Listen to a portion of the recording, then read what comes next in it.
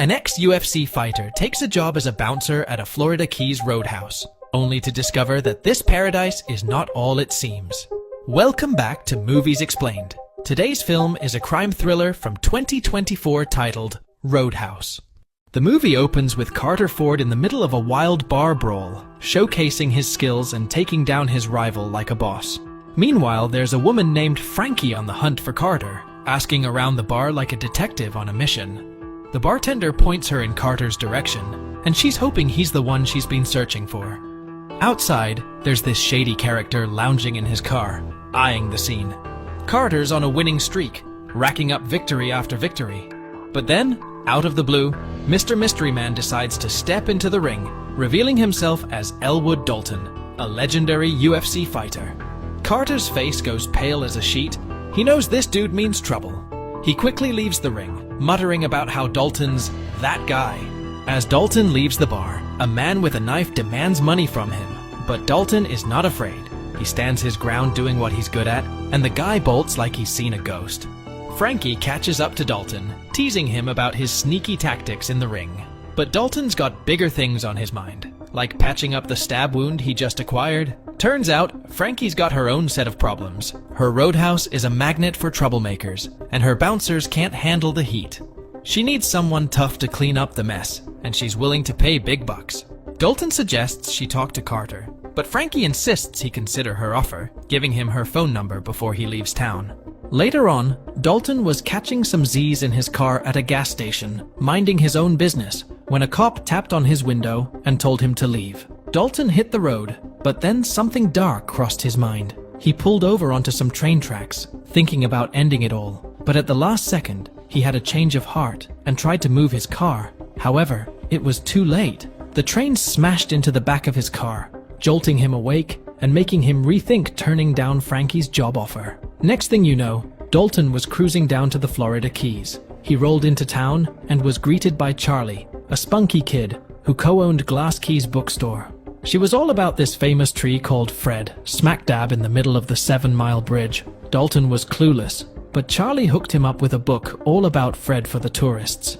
As Dalton started to talk about his bar cleanup gig, in came Steven, Charlie's dad, swooping in to save the day. With Frankie's roadhouse address in hand, Dalton jets off, taking Fred the tree book as a parting gift. When he rocks up at Frankie's joint, he's blown away to find out it's called the Roadhouse. Inside, he meets Laura, the bartender, and orders a drink. Meanwhile, Billy is excited to see Dalton and claims to know who he is. Dalton enjoys the cozy vibe of the place and compliments Laura on the ambience. However, as the evening progresses, the peaceful atmosphere disappears, and the roadhouse turns into a chaotic madhouse with people fighting left and right. Even a band member jumps into the brawl. While Billy tries to contain the situation, Dalton remains calm and composed. Then, Del and his biker gang enter the joint, scaring off the customers. When Billy fails to restore order, Dalton steps up and takes charge. Dalton taps Del on the shoulder, asking for a chat outside, but Del shakes his head firmly.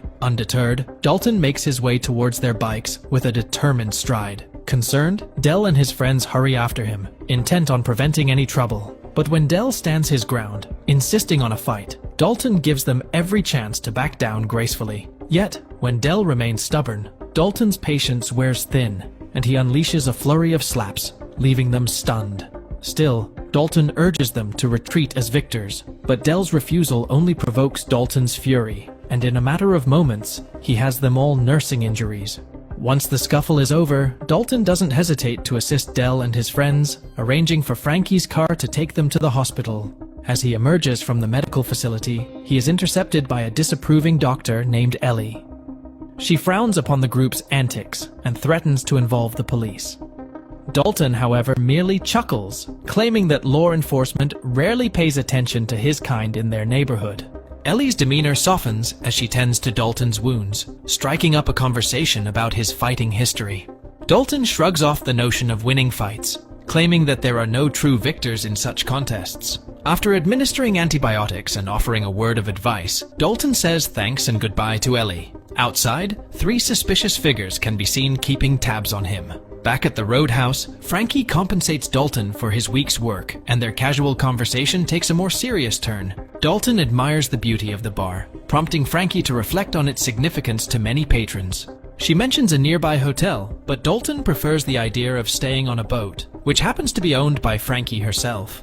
Later, as Dalton drifts off to sleep, memories of his past UFC fights mingle with dreams of his next bout, until he is roused by Laura in the morning, signaling the start of a new day. Laura brings him breakfast, and as he digs in, she starts chatting about the other bouncers they've had. With a sigh, she adds that she hopes he'll be different. Meanwhile, Dalton swings by Charlie's shop and sweet-talks her into letting him use their computer. Just as he's getting settled, Charlie hears a ruckus outside and grabs her trusty bat. Some troublemakers are causing a scene, teasing her. But before things escalate, Dalton swoops in and the troublemakers scatter like startled pigeons. Curious, Dalton chats with Charlie and learns a bit about her family. Her mom's idea for the bookstore, now deceased, and his dad working a second job. Back at the roadhouse, Dalton bumps into Frankie and spills about the weird dreams haunting him since his boat days. He wonders if there was a secret meeting about him, since everyone in town seems to know his name. Meanwhile, two bikers, Mo and his pal, rendezvous with their boss, Ben Brandt, aboard his ship. Ben's none too pleased to hear about Dell's slip-up and the odd new bouncer. He's dead set on clearing out the roadhouse, much to his men's chagrin. They suggest involving Ben's old man, but he shoots down the idea. Back at the roadhouse, the rowdiness continues, but Dalton advises Billy on handling the situation. He warns him about a guy packing a concealed knife. Billy takes the advice and disarms the troublemaker with Dalton's guidance. When things get hairy, Dalton swoops in to save the day. With Dalton's coaching, Billy gets better, much to Laura's delight. Later, Dalton strikes up a chat with Reef. Discovering he's a boxer, he hires him to back up Billy at night. Together, Billy and Reef keep the peace. But trouble brews again when a guy named Jim starts pestering Laura for free drinks. Just in the nick of time, Dalton shows up, putting the fear of the bar gods into Jim. Helping Jim out of the bar, Dalton's gaze sweeps the room and lands on Dell and his cronies, who promise a swift return. That night, Dalton's sleep is disturbed by visions of his last brawl, replaying the painful defeat. Come morning, Dalton finds himself in a diner, enjoying a meal when his eyes lock with Ellie's. After a fiery exchange about her hairdresser, Dalton's curiosity gets the better of him. He probes why everyone here seems so perpetually mad. Ellie warns him to steer clear of trouble, but Dalton's charm kicks into gear, turning their conversation from tense to tender. As Ellie departs, Dalton compliments her hairstyle, cementing a budding friendship. Later, Dalton crosses paths with Frankie, who shares a photo of her late uncle and commends him for his work. With next week's pay in hand, Dalton heads towards his boat, only to face a near-death encounter as Dell attempts to mow him down. Narrowly dodging Dell's attack, Dalton finds himself submerged in the ocean, his truck sinking. Returning to his boat, Dalton is greeted by Dell, shotgun in hand. A scuffle ensues, and Dalton gains the upper hand. He tries to sort it out by talking, but fate takes a dark turn as a crocodile emerges, claiming Dell's life. The next day, a local informs Dalton of Dell's possible involvement in drug dealing, leaving him puzzled. Determined to uncover the truth, Dalton investigates at Charlie's shop, but finds no evidence to support the drug theory. Leaving the shop, Dalton encounters a thug sent by Ben, armed and ready to intimidate. Unfazed, Dalton swiftly disarms him by breaking his index and finger, leaving a clear message for Ben. As another of Ben's men arrives, Dalton makes his stance clear. He'll be waiting at the roadhouse, ready to confront Ben face to face. Dalton catches Frankie at her office and asks her about Dell's interest in the place, but Frankie waves off his concerns, telling him not to let it bother him. As Dalton heads out, his head's buzzing with even more questions than before. Meanwhile, the guy nursing his busted finger fills Ben in on the latest. Ben's boiling mad, seeing Dalton as the main roadblock to his big plans. Just as tensions peak, Ben gets a call from his father in prison, but he's so steamed that he hurls it into the waves without a second thought. In a distant land, Knox faces a difficult situation when he is caught by his girlfriend's angry husband and ends up walking down the street without any clothes on. However, in the nick of time, Gerald Brandt, Ben's father, calls him and gives him an important task. Knox is eager to help and quickly gets to work on sorting out his son's chaotic affairs. He manages to get some clothes from a passing tourist, but also causes some trouble by setting a few shop windows on fire before leaving. Meanwhile, Dalton's day takes an unexpected turn when Ellie shows up on a police boat belonging to her ex. She persuades Dalton to join her on an adventure, and they end up on a small island in the middle of nowhere, enjoying some cold drinks. During their conversation, Ellie tries to learn more about Dalton's past, but he is reluctant to open up. He tries to leave, telling Ellie that he is not worth her time, but she refuses to let him go. She tells him that she has done some research on him and knows more than he thinks. Eventually, their conversation turns into a kiss. Back in town, Knox arrives at Gerald's house, only to find himself in a room full of Dell's buddies, with Ben joining the mix. There's confusion all around until Knox makes a bold move, delivering a punch straight to Ben's face, courtesy of his father's wishes. It's a message that gets through loud and clear. Ben understands Knox's purpose and pleads for a chance to handle things his own way. Elsewhere, Ellie drops off Dalton at his stop, and as she drives away, she spots two officers taking him away. Dalton's situation gets even more dangerous when he's cornered by the sheriff, who is working with Ben. The sheriff tries to intimidate Dalton, but he stands up to him. Frustrated, the sheriff orders his men to drag Dalton out of his car, wanting to finish things then and there. However, just as they are about to act, Ellie appears and slaps the sheriff in the face, ensuring Dalton's safety. As they escape, Ellie reveals to Dalton that the sheriff is her father, and she ran away from him with her mother. She tells Dalton that he's been in Gerald Bant's employ for ages, and now works for his son. With concern etched on her face, she urges Dalton to skedaddle from their city and find a safer place to lay low. Meanwhile, outside Charlie's quaint bookstore, Vince and Sam are up to no good, plotting to set it ablaze. They're just about to carry out their nefarious plan when Stephen intervenes, urging Charlie to evacuate. But Charlie, stubborn as ever, refuses to budge. Later that night, Dalton returns to the roadhouse looking glum. Laura notices his demeanor and probes him about it, but before he can respond, Ben barges in, demanding Dalton's attention. He thrusts a video in Dalton's face, showing his brutal victory in his last UFC match, where he goes as far as to harm his own friend after winning. Seeing Dalton's anguish, Ben questions why he didn't hold back. Dalton remains silent as Ben storms out, meeting Knox outside and ordering him to wreak havoc. Inside the roadhouse, chaos erupts as Knox and his crew barrel in. Knox doesn't hold back, laying into Billy and Reef. Despite the commotion, Dalton stays cool as a cucumber until Knox specifically calls him out. Dalton wades into the fray, facing off against Knox in a brutal showdown. Despite taking a beating, Dalton remains resolute. As the police arrive, Knox calls off the brawl, revealing a shared struggle between them. Dalton retreats, brushing off Ellie's attempts to stop him. He boards his boat, ready to leave it all behind. But just as he's about to set sail, Frankie arrives, bearing apologies for keeping secrets. She confesses Ben's plans for a lavish resort, but Dalton, unmoved, bids her farewell, his fears outweighing her pleas.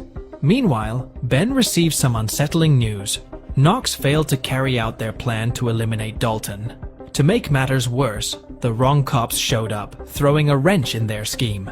Frustrated and desperate, Ben rushes to the bus stand, only to discover Charlie's beloved bookstore reduced to ashes. His heart sinks as he learns Charlie and her father are hospitalized. This turn of events jolts Dalton into action, prompting him to pay Knox a visit.